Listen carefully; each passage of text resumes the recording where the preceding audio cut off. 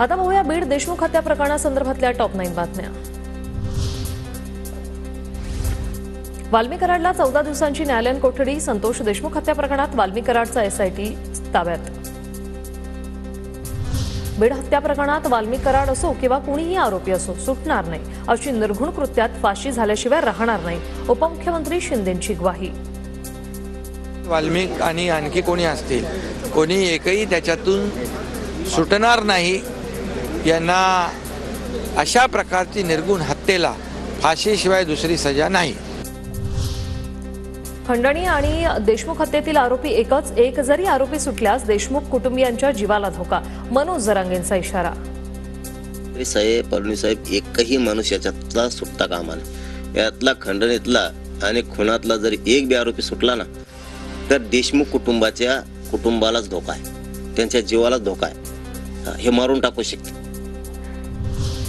बीडच्या संतोष देशमुख हत्या प्रकरणातील आरोपी कृष्ण आंधळे फरार घोषित। बीड पोलिसांकडून लुकआउट नोटीस जारी। 9 डिसेंबर पासून कृष्ण आंधळे फरार।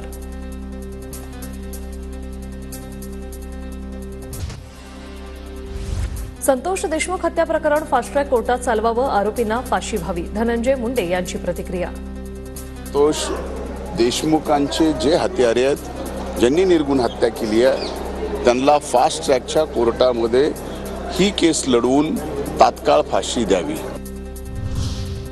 वाल्मी कराडला जेलमध्ये सीपॅप मशीन वापरण्यास कोर्टाची परवानगी। वाल्मी कराडला स्लीप एपिनिया हा आजार आहे। कराडनं सीपॅप मशीन वापरण्याची कोर्टाकडे परवानगी मागितली होती।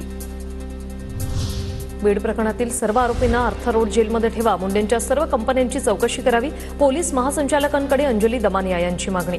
विष्णू साठीला जेलमध्ये पोलिसांकडून स्पेशल ट्रीटमेंट मिळत असल्याचाही आरोप।